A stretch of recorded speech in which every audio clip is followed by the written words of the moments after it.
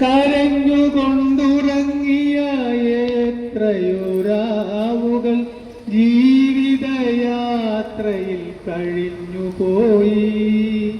ഞെട്ടിയുണർന്നു ഞാൻ നോക്കുമ്പോൾ ചാരെ തണലുമായി നാഥൻ ചാരയുണ്ട്.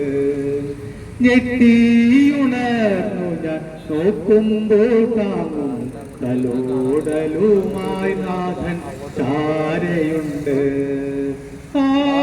ആരാധന ആരാധന ആരാധന ആരാധന. ദൈവനാമത്തിന് മഹത്വം ഉണ്ടാകട്ടെ. എന്നെ കേൾക്കുന്ന എൻ്റെ പ്രിയപ്പെട്ട നാട്ടുകാരെ, സഹപ്രവർത്തകരെ സ്തോത്രം ചെയ്ത് പ്രാർത്ഥിക്കുന്നു. എനിക്കിവിടെ നിൽക്കാൻ തന്ന ദൈവത്തിൻ്റെ കൃപയ്ക്കായി സ്തോത്രം. ഞാൻ യേശുവിനെ അറിഞ്ഞ കാര്യങ്ങൾ നിങ്ങളിൽ പങ്കുവെക്കുവാനാണ് ഞാൻ ആഗ്രഹിക്കുന്നത്.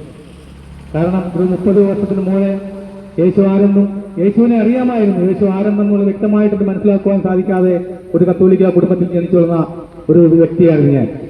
എൻ്റെ 17ാമത്തെ വയസ്സിൽ ഞാൻ ഡ്രൈവിംഗ് പഠിക്കുകയും ആ ഡ്രൈവിങ്ങിനോടൊപ്പം തന്നെ ഒരു മദ്യപാനവും പഠിച്ചു. മദ്യപാനത്തിൽ മുങ്ങി എൻ്റെ ജീവിതം താറുമാറായി നടന്ന സമയമായിരുന്നു. എന്നെ ഉപദേശിക്കാൻ ഒരുപാട് പേര് ഉപദേശിക്കാനുണ്ടായിരുന്നു. എന്നാൽ ആരുടെ ഉപദേശം കേൾക്കുവാൻ എനിക്ക് സന്മനസ്സില്ലായിരുന്നു. എൻ്റെ വിവാഹം കഴിഞ്ഞാൽ അതിന് മദ്യപാനം മാറുമെന്നോ മാതാപിതാക്കളുടെ ആഗ്രഹപ്രകാരം എന്നെ 24ാമത്തെ വയസ്സിൽ വിവാഹം കഴിപ്പിച്ചു. എന്നാൽ ഒരു പെൺകുട്ടിയായതിനു ശേഷം എന്റെ മദ്യപാനം കൂടിയതല്ലാതെ കുറയുവാൻ എനിക്ക് ഇടവന്നില്ല. ആ കാരണത്താൽ എന്റെ പ്രിയപ്പെട്ടവളെ അടിക്കുകയും തല്ലുകയും ഓടിക്കുകയും അടക്കിടുകയും എന്റെ ഉപദ്രവം സഹിക്കാതെ തന്നെ അവൾ താനെ വീട്ടിലേക്ക് മടങ്ങിപ്പോവുകയും ആ കുഞ്ഞിനെയുമായി വിവാഹബന്ധം വേർപെടുന്ന ഒരു സാഹചര്യം വരെ എനിക്കുണ്ടായിട്ടുണ്ട്. എന്നാൽ എന്റെ കർത്താവിനെ എനിക്ക് കണ്ടുമുട്ടുവാൻ, എന്റെ യേശുക്രിസ്തുവിനെ ആരും തന്നെ മനസ്സിലാക്കുവാൻ ദൈവം സഹായത്തിന് മുഖാന്തരം എനിക്കെല്ലാം തിരിച്ചു കിട്ടുവാൻ കഴിയായി. ഒരു സുപ്രഭാതത്തിൽ ഇതുപോലെയുള്ള ഒരു സുവിശേഷ പ്രവർത്തനം തന്നെ യേശു ആരാണെന്ന് പറഞ്ഞ് മനസ്സിലാക്കി തരികയും ആ യേശുവിന്റെ സ്നേഹം എന്റെ ഉള്ളിൽ വന്നപ്പോൾ യേശുവിനെ ആരാണെന്ന് മനസ്സിലാക്കുവാൻ എനിക്ക് രൂപാന്തരം ഉണ്ടാകുവാനും എനിക്ക് നന്നായി ജീവിക്കണമെന്ന് തോന്നുവാനും എന്റെ മനസ്സിൽ ഒരു ദൈവിക ശക്തി എന്റെ ഉള്ളിൽ വരുവാൻ കർത്താവ് കൃപ നൽകി. അതാണ് സത്യവാനായ യേശു ക്രിസ്തു.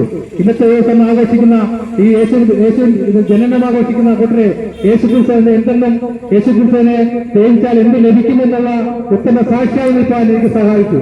എന്റെ കുടുംബം, എന്റെ പ്രിയപ്പെട്ടവളും കുഞ്ഞുമായി കടന്നു വരികയും ഞങ്ങളുടെ കുടുംബം സന്തോഷമായി മുന്നോട്ട് പോകുവാനും വളരെ ദാരിദ്ര്യത്തിലായിരുന്നു ഞങ്ങളെ ദൈവത്തിന്റെ കൃപയാൽ ജോലി ചെയ്യിപ്പാനും സർക്കാർ സർവീസിൽ എനിക്ക് നല്ലൊരു ജോലി ചെയ്യിപ്പാനും ഡ്രൈവറായിട്ടും KSRTCയിലും KSEBയിലും കർത്താവ് നടത്തി അതുപോലെ തന്നെ ഉയർത്തുവാൻ കർത്താവ് സഹായിച്ചു.